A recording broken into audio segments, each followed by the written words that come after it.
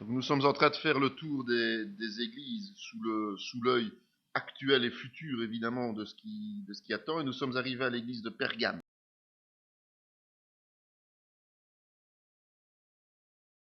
Je sais où tu demeures, je sais que là est le trône de Satan.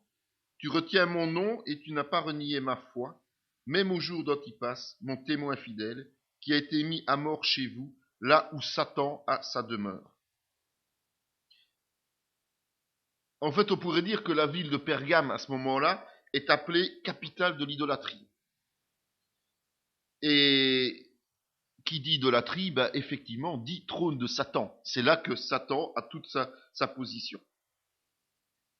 Mais même si une église se trouve là où Satan est virulent et bien présent, ça ne l'empêche pas, comme Pergame, de rester fidèle. Il n'y a pas d'excuse à la fidélité. Mais j'ai quelque chose contre toi. C'est que tu as là des gens attachés à la doctrine de Balaam, qui enseignait à Balak à mettre une pierre d'achoppement devant les fils d'Israël, pour qu'ils mangeassent des viandes sacrifiées aux idoles, et qu'ils se livrassent à l'impudicité. De même, toi aussi, tu as des gens attachés pareillement à la doctrine des Nicolaïtes. Et dans Jean 1, le premier épître de Jean, il est dit, si quelqu'un vient à moi et n'apporte pas cette doctrine, ne le recevez pas dans votre maison et ne lui dites pas salut, car celui qui lui dit salut participe à ses mauvaises œuvres.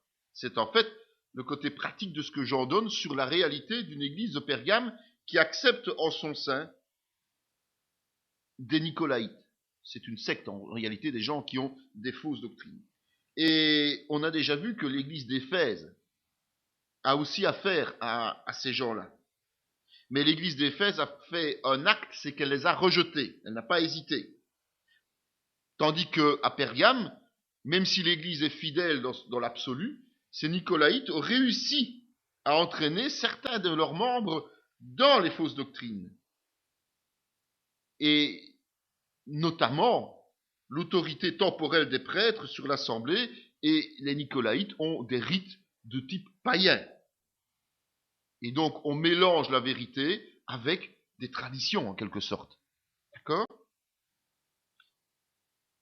En fait, c'est ce qui est intervenu dans l'Église au sens large quand l'empereur Constantin a déclaré l'Église officielle. Rappelez-vous, qu'est-ce qui s'est passé à ce moment-là ? Il y a eu un lien Église-État et l'Église, en fait, est devenue de plus en plus païenne. Elle s'est paganisée. Et aujourd'hui, on constate qu'on est dans une même situation. De plus en plus de gens qui se disent chrétiens cherchent à plaire aux autorités politiques, cherchent à plaire à l'opinion publique, et c'est relayé par les médias évidemment, plutôt qu'à Dieu. Et pour pouvoir plaire au monde, on doit faire des compromis, et le prétexte souvent utilisé, c'est de pouvoir garder une liberté d'action.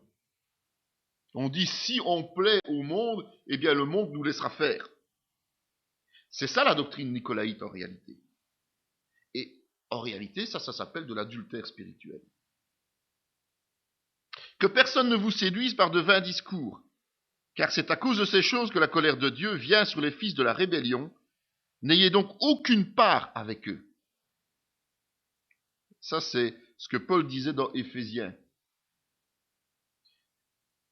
C'est dans des périodes où on accepte justement ce compromis de plus en plus fort entre l'État et l'Église que les enseignements erronés prennent le plus autorité au sein de l'Église. Rappelez-vous, c'est à ce moment-là que l'institution du pape a été établie. C'est à ce moment-là qu'on a sorti la théorie du purgatoire. C'est à ce moment-là que le culte de Marie et des saints a pris une ampleur importante, les statuts, l'extrême-onction, les indulgences, enfin, passons tout le reste. Mais aujourd'hui, on est dans le même cadre. Aujourd'hui, on parle surtout d'œcuménisme. Non seulement entre les diverses dénominations chrétiennes et monothéistes, mais on a vu aussi qu'il y avait des ouvertures de plus en plus larges vers des représentants d'autres croyances qui sont polythéistes ou même vers l'humanisme. Mais c'est en fait une des conséquences de l'endormissement de l'Église, une des conséquences des schismes qui ont eu lieu dans les églises et qui se déroulent encore aujourd'hui. Et qu'est-ce que l'ange de l'Éternel dit à ce moment-là? Repens-toi donc, sinon je viendrai à toi bientôt, et je le combattrai avec l'épée de ma bouche. Donc la seule solution quand on se rend compte qu'on s'est trompé de voie et que l'on s'est engagé dans des comportements qui sont des comportements nicolaïtes, de ce type-là en tout cas, eh bien la seule solution c'est de faire repentance. C'est de revenir à la parole, à la source même. Et donc, l'appel que l'on peut faire au travers de cette église de Pergame, c'est de nous mettre en ordre dans nos églises. Parce que si on ne se met pas soi-même en ordre, tôt ou tard, c'est le jugement de Dieu qui tombe. C'est lui qui va mettre de l'ordre. C'est lui qui va solutionner le problème. Et ça, il faut être attentif à cela. On ne peut pas rentrer dans ce contexte en se disant « c'est pas trop grave, moi je marche dans la vérité, je suis fidèle, comme l'église de Pergame, c'est pas trop grave s'il y a des erreurs doctrinales et que certains s'y engagent. » Autant, comme on m'a sorti encore dernièrement, l'amour du chrétien, quoi. Acceptons l'amour. On va fermer les yeux sur le comportement des gens parce que il faut les aimer. C'est pas ça, la vérité biblique. D'accord? Donc, si on n'agit pas par soi-même, en faisant repentance et en revenant sur la vérité, c'est Dieu qui agit. L'église de Thyatire. Je connais tes œuvres, ton amour, ta foi, ton fidèle service, ta constance et tes dernières œuvres plus nombreuses que les premières. Ce sont des qualités extraordinaires. Si on pouvait déjà entendre ça de la part du Seigneur au moment où il est en train d'examiner notre Église, eh bien, on pourrait vraiment s'en réjouir. Et donc, la première chose, c'est des œuvres de plus en plus importantes. Donc, il y a un dynamisme grandissant de l'Église. On a commencé petit et on grandit dans les œuvres. Paul disait aux Colossiens, c'est pour cela que nous aussi, depuis le jour où nous en avons été informés, nous ne cessons de prier Dieu pour vous et de demander que vous soyez remplis de la connaissance de sa volonté, en toute sagesse et intelligence, pour marcher d'une manière digne du Seigneur et lui être entièrement agréable, portant des fruits en toutes sortes de bonnes œuvres et croissant par la connaissance de Dieu. Donc, les œuvres d'une église, ça ne sera jamais que, quelque part, les fruits de l'esprit. Et nous sommes invités à les porter au quotidien. Le guide des bonnes manières de comment se comporter, ce n'est autre que la Bible, que le chrétien est invité à étudier, à méditer et à mettre en pratique. Selon quoi? Selon l'intelligence renouvelée que nous avons reçue et selon la sagesse de Dieu. Et ça nous permet de grandir spirituellement.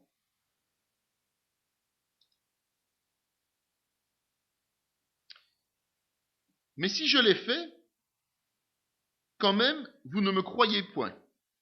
Croyez à ses œuvres, afin que vous sachiez et reconnaissiez que le Père est en moi et que je suis dans le Père. Ça, c'est Jésus qui disait ça. En fait, les œuvres, ça peut servir à quoi? Mais ça sert surtout à apporter la foi. En fait, les gens ont besoin de voir des résultats. Ils ont besoin de voir des choses concrètes. Nous sommes invités à croire ce que nous ne voyons pas.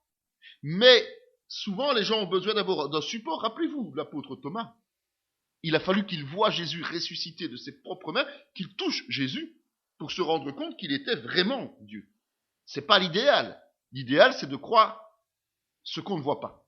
C'est de saisir ce qu'on ne voit pas. Mais voilà. Souvent, les gens ont besoin de voir pour pouvoir adhérer à une cause.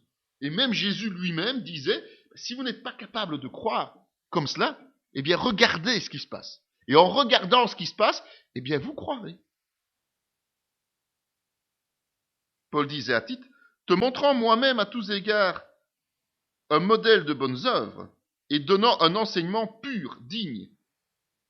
Et puis il ajoute un peu plus loin, qui s'est donné lui-même pour nous, afin de nous racheter de toute iniquité et de se faire un peuple qui lui appartienne, purifié par lui et zélé pour les bonnes œuvres. Donc notre conduite de chrétien, basée sur la seule vérité, et pas sur des traditions, pas sur des on-dit, pas sur des sentiments. Notre conduite, eh bien, elle doit revêtir une importance primordiale. Elle est d'une importance primordiale.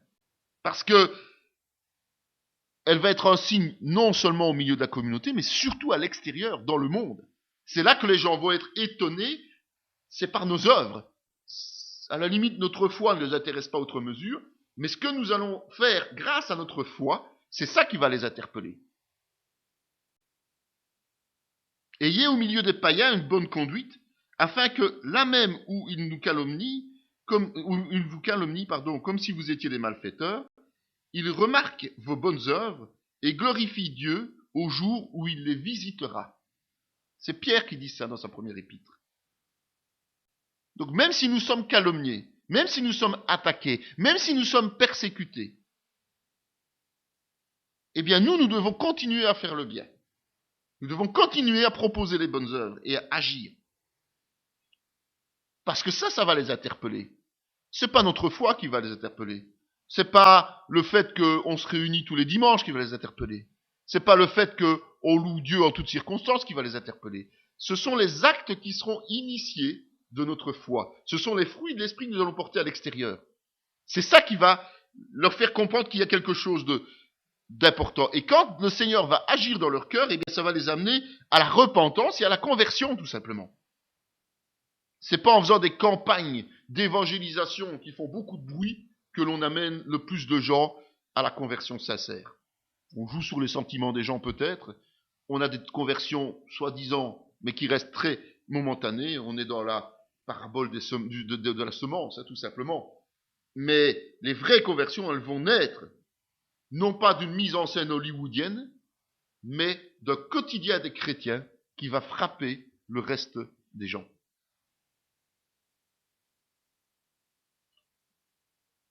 Tout est pur pour ceux qui sont purs, mais rien n'est pur pour ceux qui sont souillés et incrédules. Leur intelligence et leur conscience sont souillées. Ils font profession de connaître Dieu, mais ils le renient par leurs œuvres, étant abominables, rebelles et incapables d'aucune bonne œuvre. Ça, c'est Paul qui disait ça à Tite. Et dans Hébreu, il est dit, c'est pourquoi, laissant les éléments de la parole de Christ, tendons à ce qui est parfait, sans poser de nouveau le fondement du renoncement aux œuvres mortes. Tout ce qui se cache au fond de notre cœur va immanquablement arriver à la lumière, au travers du comportement. Et donc, comment est-ce que Dieu pourrait croire à l'amour inconditionnel de Jésus-Christ si nous agissons comme les gens du monde lorsque nous sommes face à eux? Si nous agissons comme les méchants, comme la parole le dit. Les œuvres inutiles, c'est une perte de temps. Et donc notre comportement de tous les jours doit être un comportement constructif et pas destructif vis-à-vis du monde. Ils doivent se rendre compte qu'il y a quelque chose de particulier et ce quelque chose de particulier va attirer leur attention.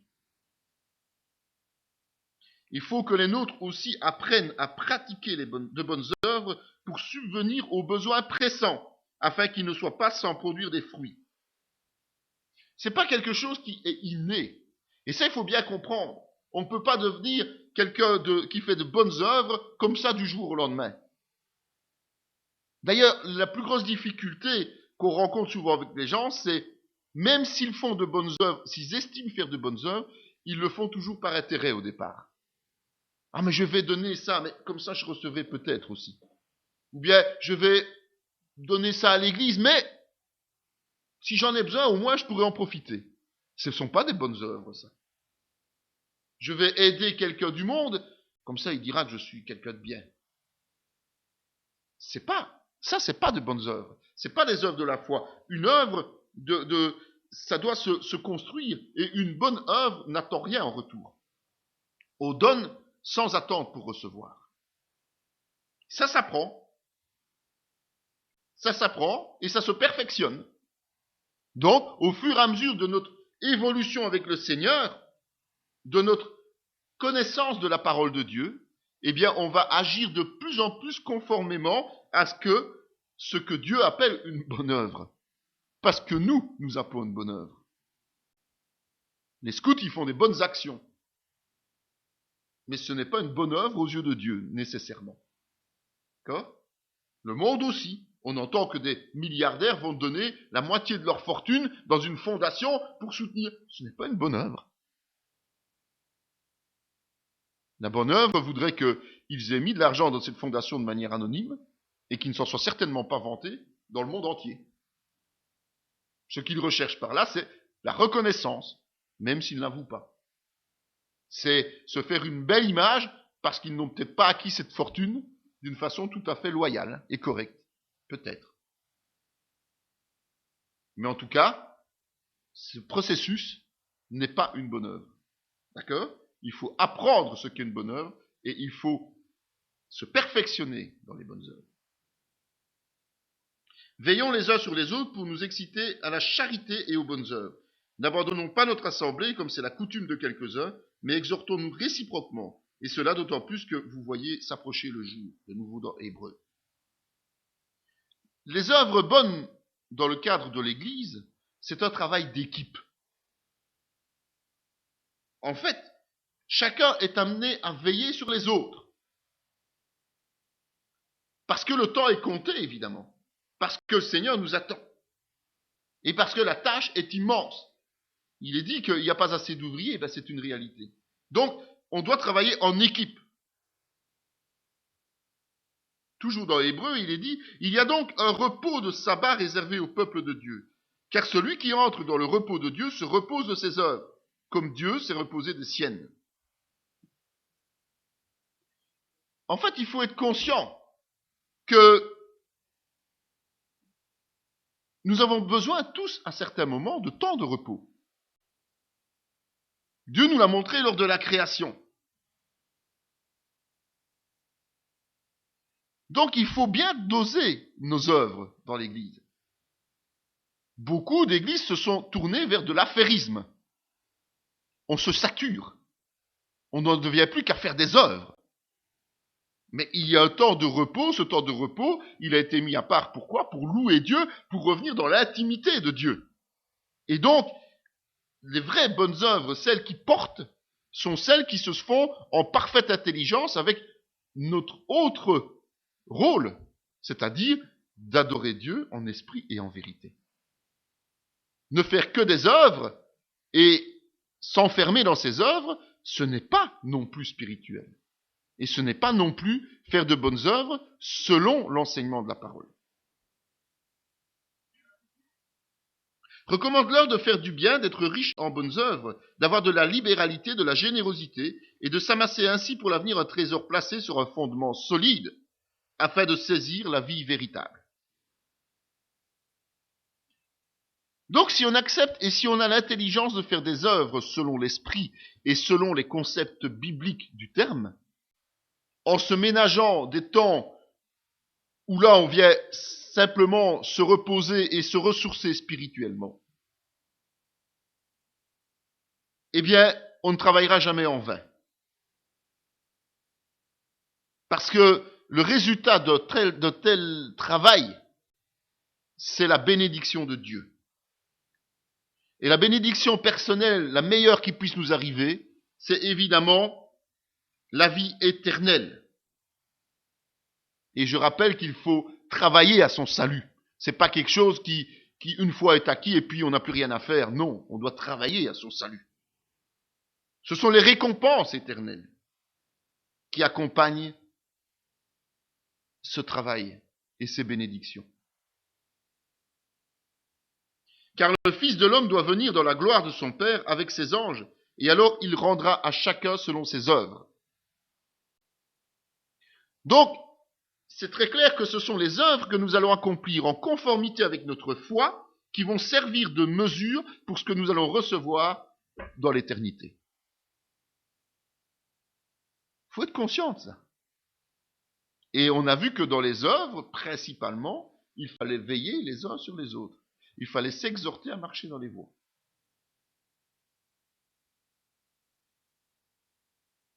Il fallait travailler en équipe. La mer rendit les morts qui étaient en elle, la mort et le séjour des morts rendirent les morts qui étaient en eux, et chacun fut jugé selon ses œuvres. Donc les œuvres que l'on fait et qui ne sont pas les œuvres de la foi pour ceux qui ne sont pas convertis ou qui ont abandonné le Seigneur,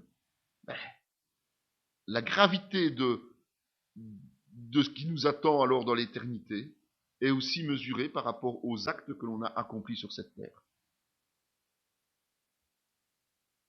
Le deuxième point important de cette Église, c'est la foi. Nous savons que c'est par la foi que nous sommes sauvés. Sans la foi, il n'y a pas de salut. Mais ce n'est jamais que la première étape de la foi. C'est jamais que le début d'un long processus. Il en est ainsi de la foi. Si elle n'a pas les œuvres, elle est morte en elle-même. Mais quelqu'un dira, toi tu as la foi et moi j'ai les œuvres. Montre-moi ta foi sans les œuvres et moi je te montrerai la foi par mes œuvres. Tu vois que la foi agissait avec ses œuvres et que par les œuvres, la foi fut rendue parfaite. Comme le corps sans âme est mort, de même la foi sans les œuvres est morte. Donc on voit que la foi et les œuvres sont intimement liées. Et les œuvres doivent absolument résulter de la foi. Et les œuvres servent justement à mesurer notre foi, à mettre en évidence notre foi. En fait, on parle de foi agissante. On ne peut pas croire et ne pas agir. Ça interpelle quand même. Ça interpelle beaucoup. Ô Timothée, garde le dépôt en évitant les discours vains et profanes et les disputes de la fausse science dont font profession quelques-uns qui se sont ainsi détournés de la foi. Que la grâce soit avec toi. Donc la foi, il faut la tenir en bonne santé. Il faut la maintenir en bonne santé. Et on ne peut la maintenir en bonne santé que de nouveau en connaissant les Écritures. Parce que ça nous permet d'éviter les erreurs de doctrine. Ça nous permet d'éviter le légalisme.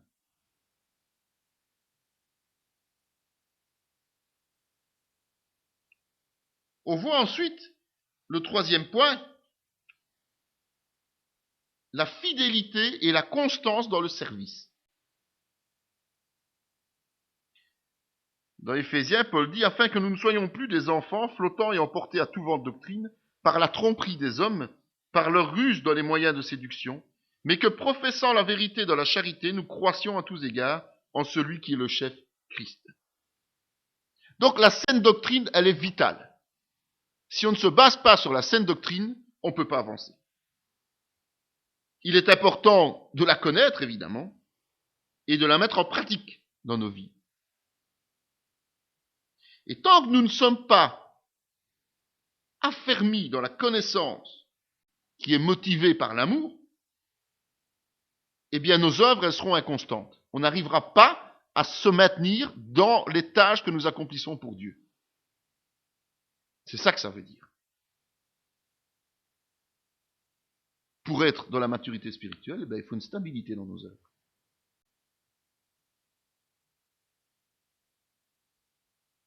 Et donc ces trois points que nous venons d'étudier, nous en peu d'aller plus en profondeur, c'est ce que tout le monde aimerait entendre pour sa propre Église, c'est clair. Mais pour Dieu, c'est pas encore assez. Mais ce que j'ai contre toi, c'est que tu laisses la femme Jézabel, qui se dit prophétesse, enseigner et séduire mes serviteurs, pour qu'ils se livrent à l'impudicité et qu'ils mangent des viandes sacrifiées aux idoles. Rappelez-vous que Jézabel, c'était l'épouse païenne d'un roi, le roi d'Israël, Achab. Elle dominait son mari. Et tout ce qu'elle voulait, c'était introduire l'idolâtrie dans le pays par la force, au détriment évidemment du culte de Dieu. Et elle n'a pas hésité de tuer des prophètes. Notez quand même que il est dit que cette Église laisse cette femme enseigner et séduire les serviteurs.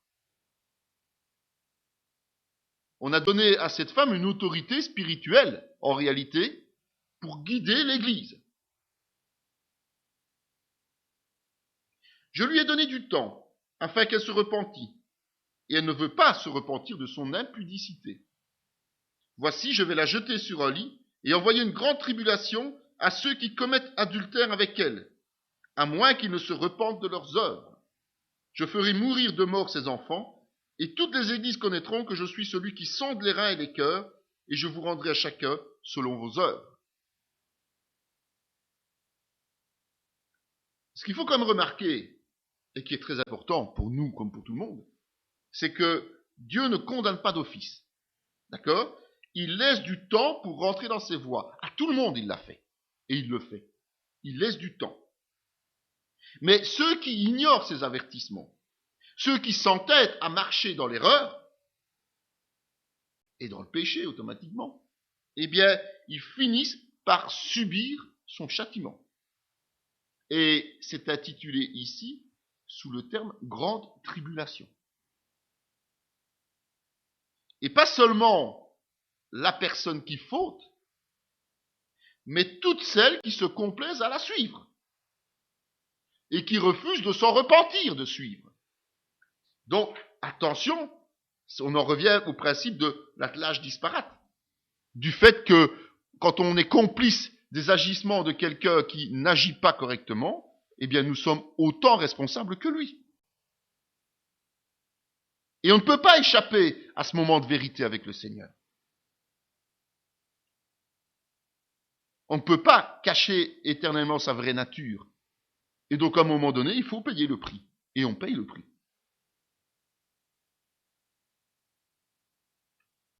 Dans Hébreu, il est dit, « Et ce n'est pas pour s'offrir lui-même plusieurs fois qu'il y est entré, comme le souverain sacrificateur, entre chaque année dans le sanctuaire avec du sang étranger. Autrement, il aurait fallu qu'il eût souffert plusieurs fois depuis la création du monde.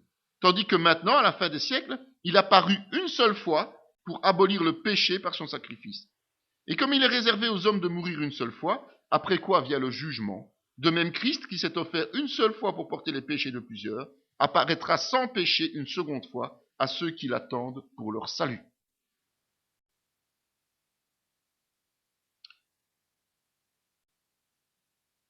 Alors que les églises, sur base de la parole, disent clairement que le sacrifice de Jésus est suffisant pour notre salut, d'accord ?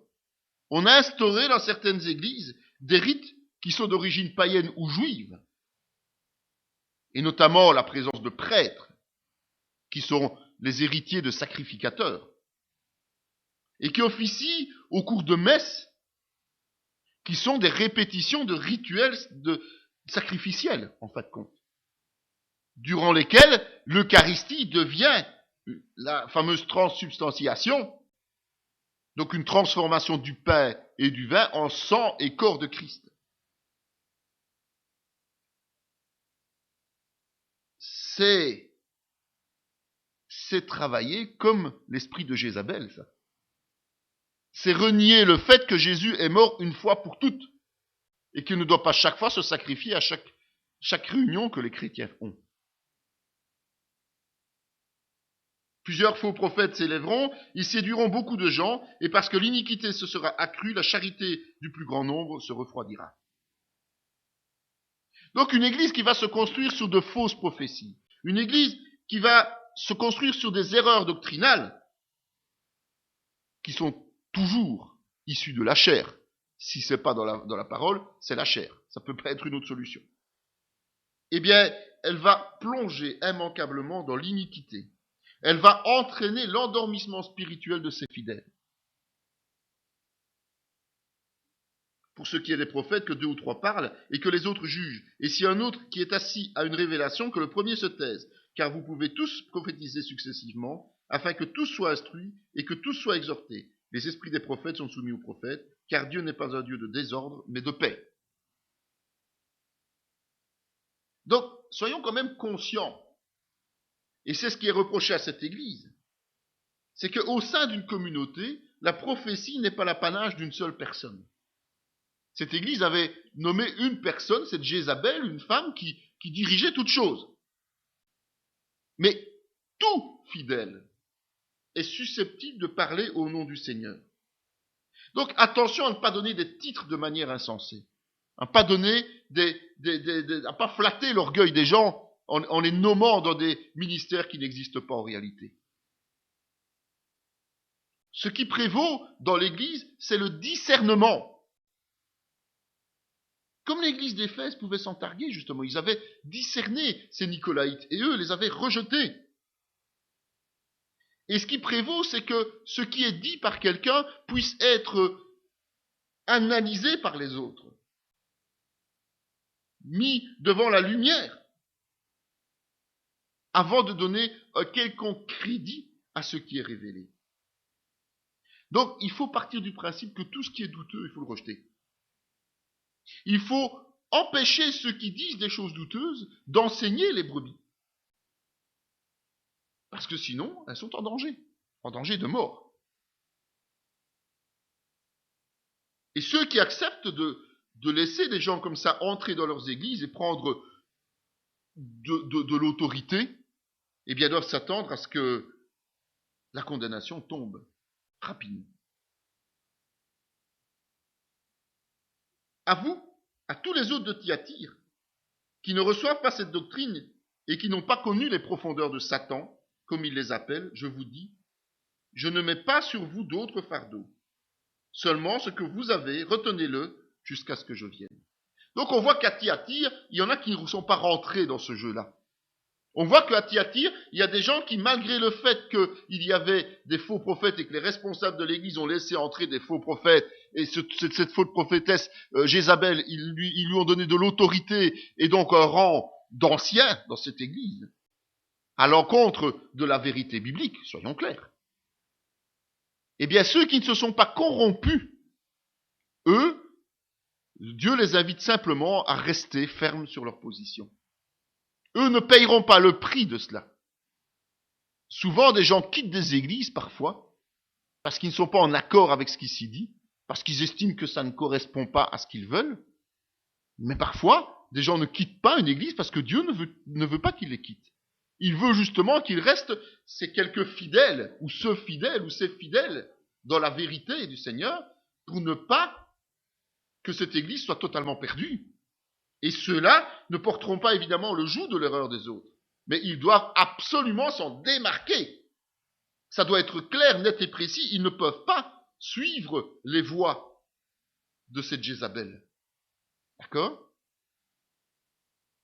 Donc tout le monde n'est pas placé dans le même sac dans une église, évidemment.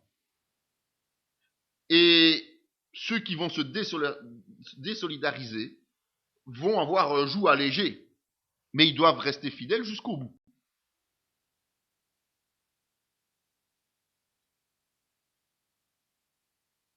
Donc, comme il est dit précédemment, ne décidons pas à la légère d'abandonner notre Église. Même si les choses ne nous plaisent pas peut-être. Prenons quand même la peine d'examiner nous-mêmes l'Écriture pour voir si ce qu'on dit est vrai, et si même ce qu'on dit n'est pas vrai, prenons position. Prenons position, disons, nous ne sommes pas d'accord. Mais le principal, c'est de laisser l'Esprit agir au travers de nous pour pouvoir garder le cap de la vérité nous-mêmes.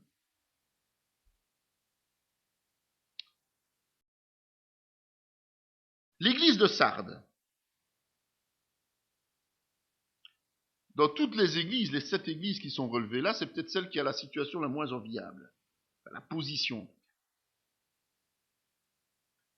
Je connais tes œuvres, je sais que tu passes pour être vivant, et tu es mort. Vous savez, aujourd'hui, il y a beaucoup d'églises qui pensent être des communautés actives, vivantes et conformes à la volonté de Dieu. En réalité, c'est faux. Et on a vu au travers de l'histoire tout ça.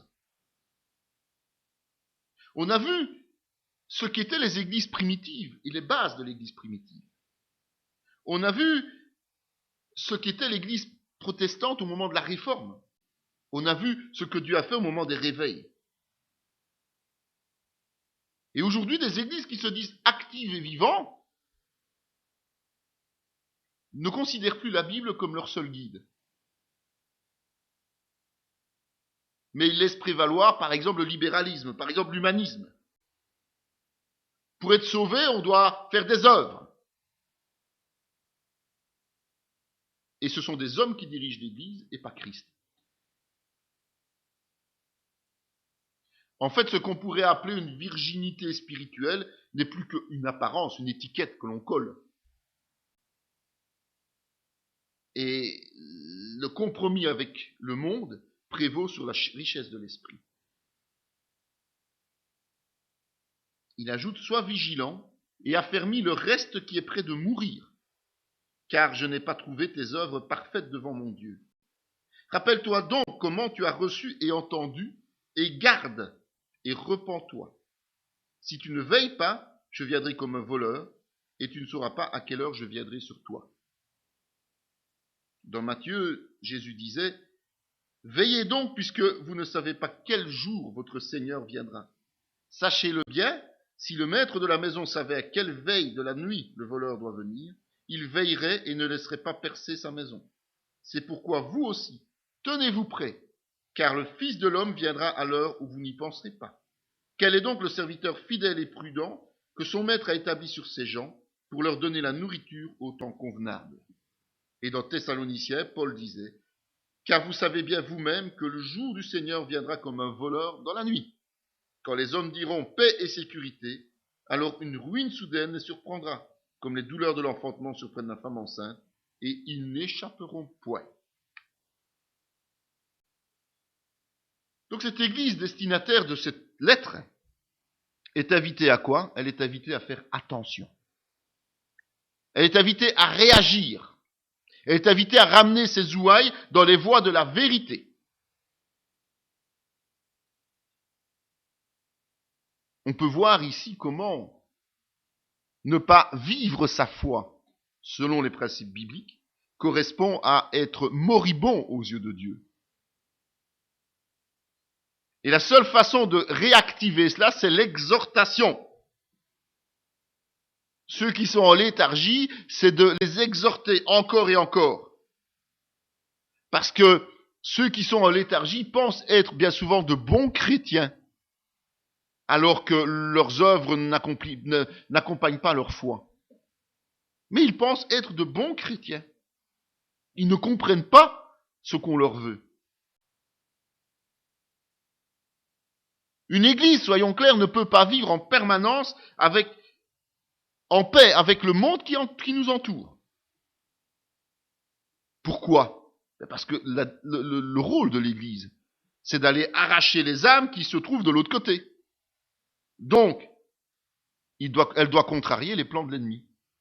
Pas le choix. Et si l'église est endormie, un jour elle devra en rendre les comptes. Et souvent à ses dépens, évidemment. Parce que, contrairement à ce qu'on s'imagine parfois, le compromis n'est absolument pas une garantie de succès spirituel, c'est un piège. On le voit assez souvent dans la parole.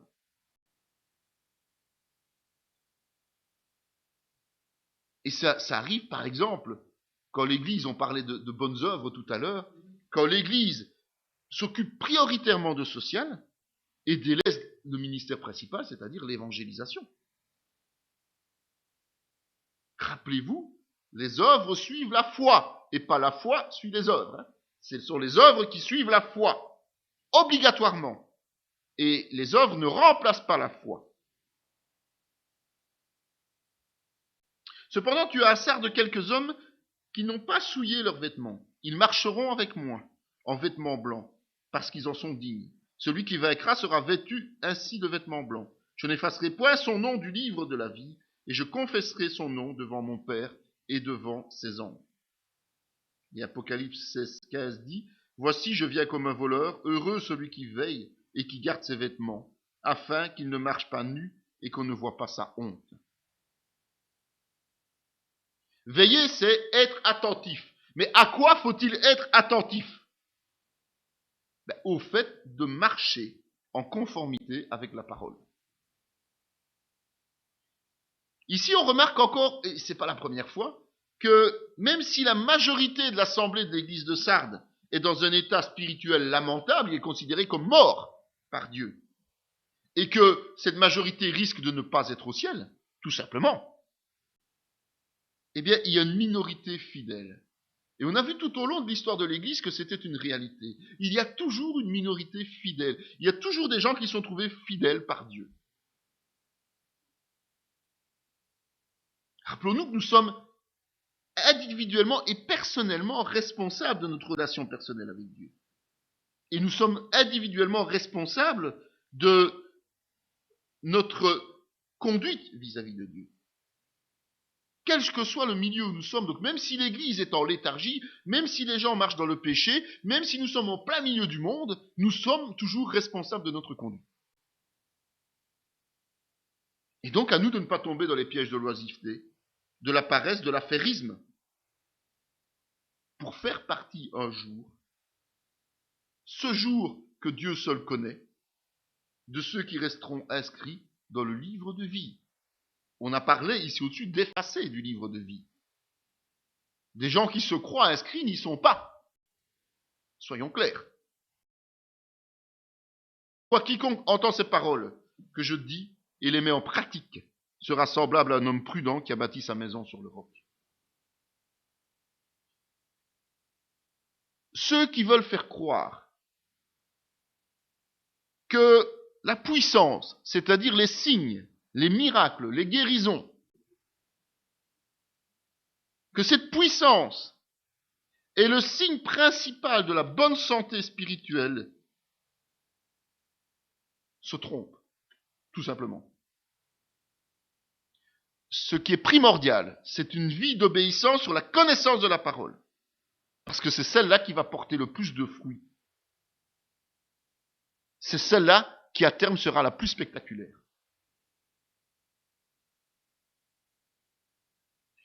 Aujourd'hui, beaucoup d'enseignements et beaucoup de livres sont écrits là-dessus.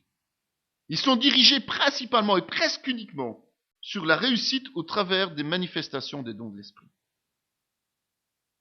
Ce n'est pas faux, les manifestations de l'esprit, soyons clairs, et ça doit être bien présent dans les églises. Mais si et seulement si la première condition est remplie, c'est-à-dire marcher selon la vérité de la parole.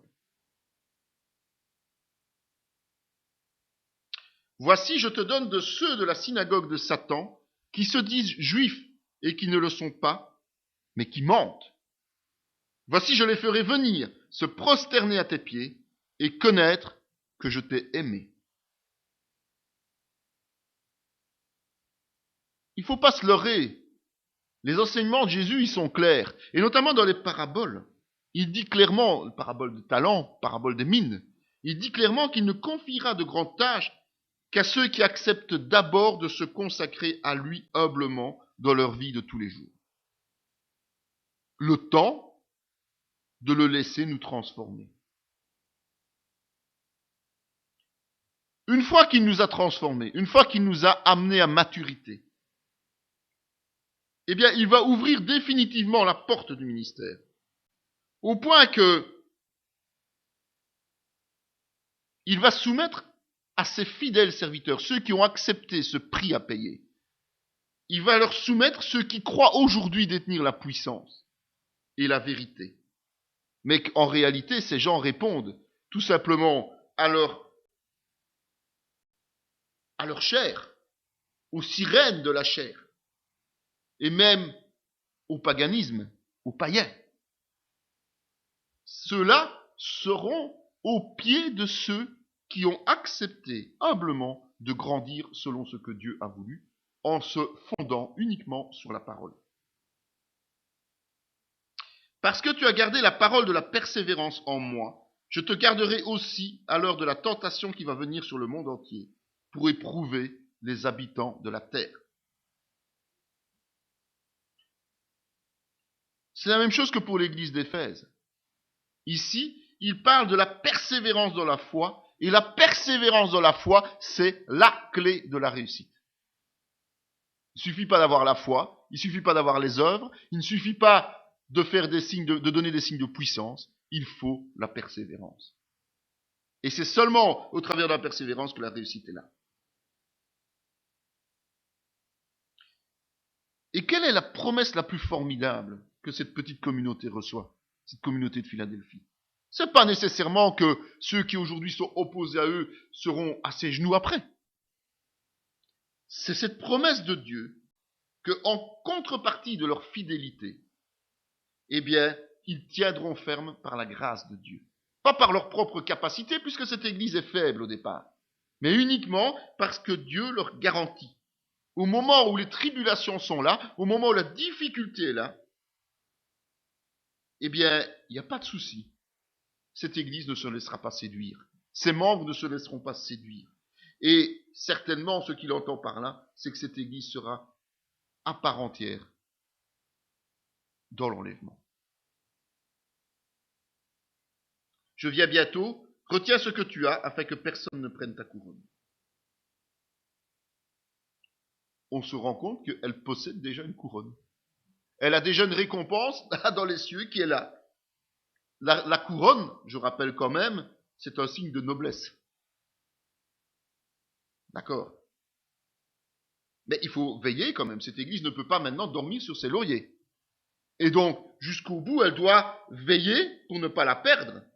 Et comment ne va-t-elle pas la perdre? En gardant sa fidélité intacte. Cette vidéo fait partie intégrante de la formation en théologie pratique dispensée par la mission de théologie Emmanuel de Parakou, Bénin, sous l'autorité académique du Centre chrétien Emmanuel SBL, Spa, Belgique. Pour mieux connaître nos activités, voici nos différentes adresses.